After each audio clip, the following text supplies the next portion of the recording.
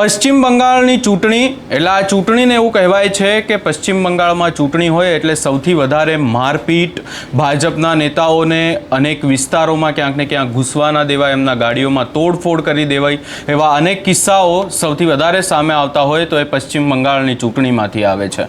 આજે પશ્ચિમ બંગાળમાં ચૂંટણીનું પહેલા ચરણનું મતદાન છે અને હાલ પરિસ્થિતિ શું છે એના વિશે ચર્ચા કરીશું. નમસ્કાર, હું છું ઉજ્જવલ અને આપ જોઈ રહ્યા છો નિર્ભય ન્યૂઝ.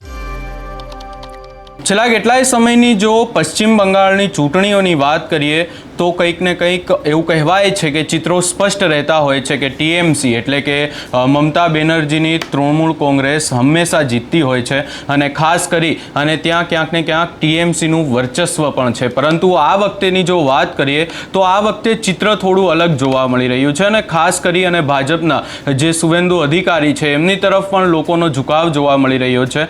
જો કે આ વખતે પણ ચૂંટણીમાંથી એવા અનેક દ્રશ્યો સામે આવ્યા કે જ્યાં ભાજપના નેતાઓની ગાડીઓમાં તોડફોડ કરવામાં આવી હોય, પરંતુ બીજી તરફ જો વાત કરીએ તો આ વખતે એવું કહેવાય છે કે ચુસ્ત બંદોબસ્ત પશ્ચિમ બંગાળમાં ગોઠવવામાં આવ્યું હતું અને એની સાથે સાથે ભાજપના અનેક દિગ્ગજ નેતાઓ, પછી પીએમ મોદીથી લઈ અને સીએમ યોગી આદિત્યનાથ સુધીના નેતાઓ પશ્ચિમ બંગાળમાં હતા. કેમ્પેનિંગ પણ કરવામાં આવી. ખાસ કરી અને ગૃહમંત્રી અમિત શાહ સતત એ વિસ્તારોમાં હતા અને તેમના દ્વારા પણ પ્રચાર કરવામાં આવ્યો અને આ વખતે ચૂંટણીનું ક્યાંક ને ક્યાંક ચિત્ર પણ અલગ જોવા મળી રહ્યું છે. હવે મતદાનની ચર્ચા કરી લઈએ, કારણ કે આજે પશ્ચિમ બંગાળમાં પ્રથમ ચરણનું મતદાન છે.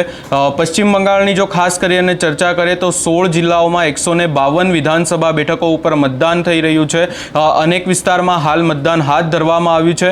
2 તબક્કાની ચકાસણી પ્રક્રિયામાંથી આ મતદાન થઈ રહ્યું છે એટલે એના ઉપરથી સમજી શકાય છે કે પરિસ્થિતિ કેટલી એ વિસ્તારમાં તંગ રહેતી હશે, કારણ કે જે લોકો જ્યાં મતદાન કરવા જાય છે બૂથ ઉપર ચુસ્ત બંદોબસ્ત ગોઠવવામાં આવ્યું છે.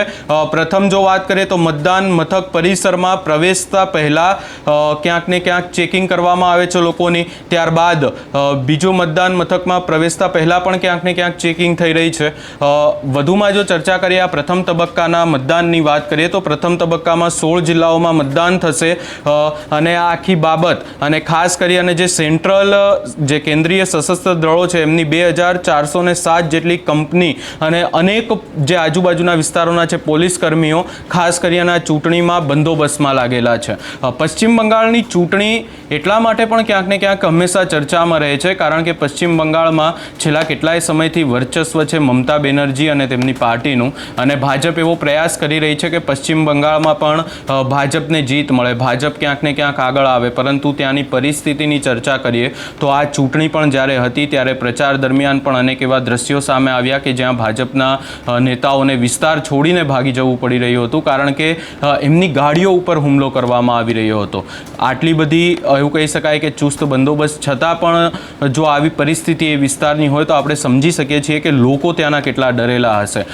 અનેક એવા નિવેદનો પણ મેં સાંભળ્યા કે જ્યાં લોકો એવું પણ કહી રહ્યા હતા કે અમે જ્યારે મતદાન કરવા જઈએ છીએ ત્યારે મતદાન મથકની બહાર અમે જે આંગળીથી મતદાન કરીએ એના ઉપર એવું કહેવામાં આવી રહ્યું છે કે ત્યાં અંદર જે મતદાન કરવા માટેની જે આખું ઈવીએમ મશીન હોય છે ત્યાં પરફ્યુમ લગાવવામાં આવેલું હોય છે અને ખાસ કરીને જે ટીએમસીનું બટન હોય છે ત્યાં પરફ્યુમ લગાવવામાં આવેલું હોય છે. એટલે જો વ્યક્તિ મતદાન કરીને બહાર નીકળે તો એની જે ટીએમસીના કાર્યકર્તાઓ છે એની આંગળીને ક્યાંક ને ક્યાંક એમાંથી પરફ્યુમની સ્મેલ આવે છે કે નહીં એ ચેક કરે છે. એના ઉપરથી એ લોકોને એવી ખબર પડે છે કે આ મતદાન ભાજપને કર્યું કે ટીએમસીને, અને જો સ્મેલ નહીં આવે ને ખબર પડે કે ભાજપને મતદાન કરીને આવ્યા તો એમના પરિવારના લોકોને હેરાન કરવામાં આવે છે. આવી પરિસ્થિતિ પશ્ચિમ બંગાળની છે. આ પરિસ્થિતિમાં પણ હવે ભાજપની સામે સૌથી મોટો પડકાર છે કે આ ચૂંટણીમાં ભાજપ કેટલું આગળ આવી શકે છે. ખાસ કરીને હવે મતદાન કરવા માટે પણ લોકો મોટી સંખ્યામાં પહોંચી રહ્યા છે એવી પણ વાત જે પશ્ચિમ બંગાળમાંથી સામે આવી રહી છે.